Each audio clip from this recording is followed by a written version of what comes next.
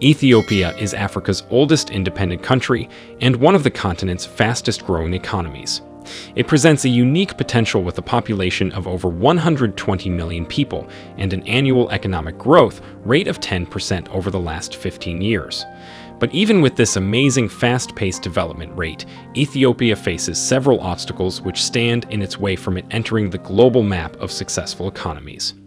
Some of these are its low GDP per capita of about $1,000 per year, low internet and smartphone penetration, owing to the country's predominantly rural population and a government monopoly on the telecom sector. However, Ethiopia is still considered a nation on the rise and is said to become a superpower in the coming decades. Ethiopia, which has a history of being one of the most autocratic and politically repressed countries in sub-Saharan Africa, has been gradually opening up and embracing democratic processes. Democratization has begun domestically, accompanied by a path toward international reconciliation and peace on a border issue with Eritrea. The Eritrean-Ethiopian border conflict was a violent standoff between Eritrea and Ethiopia that served as a proxy war. The Eritrean-Ethiopian War of 1998 to 2000 and the subsequent Second Afar Rebellion were among the incidents that occurred along the then disputed boundary. The country began to mend fences, and it tried to normalize relations with Somalia and Djibouti. Ethiopia has gained additional political and financial backing from the European Union, the World Bank, and the International Monetary Fund. The Ethiopian diaspora, which contributes significantly to the economy through remittances, praised the new policies. Ethiopia's global diaspora is estimated to be 2 million strong, with the highest numbers in the US, totaling about 1 million. International observers regard the efforts taken toward national security and political reconciliation, such as abolishing the state of emergency, freeing political prisoners, and amending draconian anti-terrorism, media, and civil society regulations to be constructive. More than 70% of Ethiopians are under the age of 30, and over half are under the age of 15. A World Bank report published in 2017 stated that higher education enrollment had increased fivefold since 2005, with the number of public institutions expanding from 8 to 36% during that time.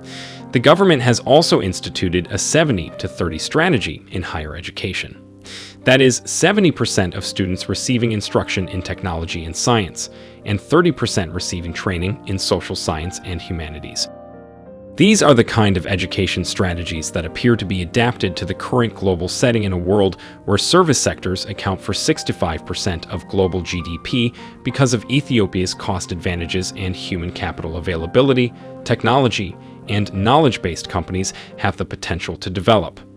Ethiopia's government has spent a large percentage of its resources over the last decade to ensure that its citizens have access to essential amenities such as education, health, and water. Ethiopia has one of the largest and most comprehensive human development portfolios in the region. It covers all sectors and accounts for nearly half of the country's program as one of the region's early adopters of the World Bank Group's Human Capital Project, a global effort to accelerate more and better investments in people for greater equity and economic growth. If the country's youth can be channeled through relevant skills training, this human capital will become a vital asset for the economy. Ethiopia is one of the world's greatest untapped markets, and there is growing confidence that privatizing state-owned firms is one method to attract potential investors and stimulate the economy.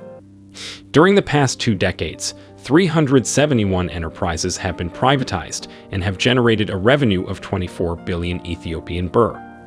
Though the privatized enterprises are from different economic sectors, the majority are from agriculture, agro-processing, and manufacturing. According to figures from the International Telecommunications Union, it is also one of the least connected countries in the world, with an internet penetration rate of only 15% in 2016, up from 12% the previous year. The internet penetration rate is now at 29.8% in 2022. Mobile phone coverage increased to 51% in 2016, up from 46% in 2015. The Ethiopian government has resisted opening up major industries to global and domestic investors, but on June 2018, the ruling Ethiopian People's Revolutionary Democratic Front announced a plan to partially liberalize key economic sectors. Global investors will be offered minority ownership in aviation, power, and telecommunications. Furthermore, the prospect of railway projects, hotels, and vital manufacturing industries has already generated enough interest to improve investor confidence and, as a result, the likelihood of attracting investment. The government has also established 5 industrial parks, which have resulted in the creation of 4,000 to 5,000 jobs, with the goal of establishing a total of 30 and increasing manufacturing from 5% to 20% of GDP. For a country the size of Ethiopia, local difficulties such as mobility, agriculture, infrastructure, and healthcare might be turned into a series of opportunities by the startup movement. The establishment of a local startup ecosystem will be required to sustain a successful Ethiopian economy. It will be critical to developing an ecosystem in which universities, large corporations, service providers, and research and funding organizations collaborate to help local entrepreneurs get started and scale up. Entrepreneurial role models like Bethlehem Tilahanalemu, founder and managing director of Soul Rebels, are a crucial part of Ethiopia's startup puzzle. Bethlehem launched the groundbreaking footwear company in early 2005, just after graduating from college in Addis Ababa, to generate solid, community-based jobs. She is on course to become the first worldwide branded retail chain from a developing country to operate 100 locations and generate over $200 million. She is drawing on her country's strong craftsmanship tradition. Ethiopian entrepreneurs, however, face systemic hurdles. Grab, Lyft, Careem, and Ola Cabs, among other ride-sharing startups throughout the world, have inspired 3 similar businesses in Ethiopia. However, Etta, Zayride, and Ride face challenges such as low internet penetration, bad connectivity, and a lack of funding. They can, however, be upbeat because the government intends to deregulate 2 of the most heavily regulated industries, banking and telecommunications. Ethiopia is increasingly becoming an important manufacturing destination, particularly in the RMG or ready-made garment industry, in addition to its strategic position as a long-haul transit center. The country provides a promising investment environment to the textile and garment manufacturing sector and is all set to become one of the preferred garment manufacturing hubs in the near future. RMG suppliers are under pressure to minimize the time between design and final delivery as a result of Zara's business model's success. Staying loyal to the brands is one of the simplest ways to accomplish this. However, most major companies now lack viable options closer to their home markets, relying primarily on low-cost countries such as Bangladesh and Vietnam.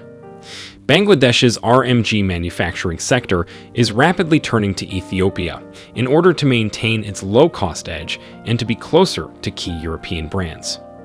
Ethiopia is well positioned to excel in the clothing manufacturing industry, thanks to its strategic location and low-cost labor, assuming it can train its young people to produce the requisite quality. Ethiopia's government has created comprehensive agricultural and economic development plans that have helped the country's agriculture, industrial, and services sectors grow significantly. These efforts have been pushed in recent years by an unprecedented economic reform process aimed at building on Ethiopia's tremendous expansion in the quantity, diversity, and market share of private firms in the economy. However, issues such as unskilled labor, high transportation costs, inadequate financial and telecommunication services, and land tenure insecurity continue to exist. About 2/5 of Ethiopia's GDP comes from the services sector, particularly tourism. Although tourism was restricted under the Derg administration, Ethiopia is now promoting the tourist potential of historical treasures such as Lalibella's rock-hewn churches, Axum's antiques, and the Gondar castles. Ethiopia's various peoples, fascinating traditions, and natural beauty all appeal to the same audience. Ethiopia's air transport system has achieved unprecedented success in Africa. Throughout the country, there are various airports. Ethiopian Airlines, a state-owned but independently run carrier, has a well-developed internal network that connects major cities and tourism destinations. Its global network offers outstanding service to destinations all over the world. Bole International Airport, near Addis Ababa, is a hub for Ethiopian Airlines and other international airlines, as well as a recognized training and maintenance facility for pilots. Ethiopia is becoming more and more a hub for African development, and with growth numbers like the ones coming out of Addis Ababa, it's only but certain that in the future we're going to be looking at a whole new and improved Ethiopia. What do you think of Ethiopia? Thanks for watching, and if you enjoyed this video, please do leave a like. Also, don't forget to subscribe to our channel so you don't miss out on any of our future content. See you in our next video.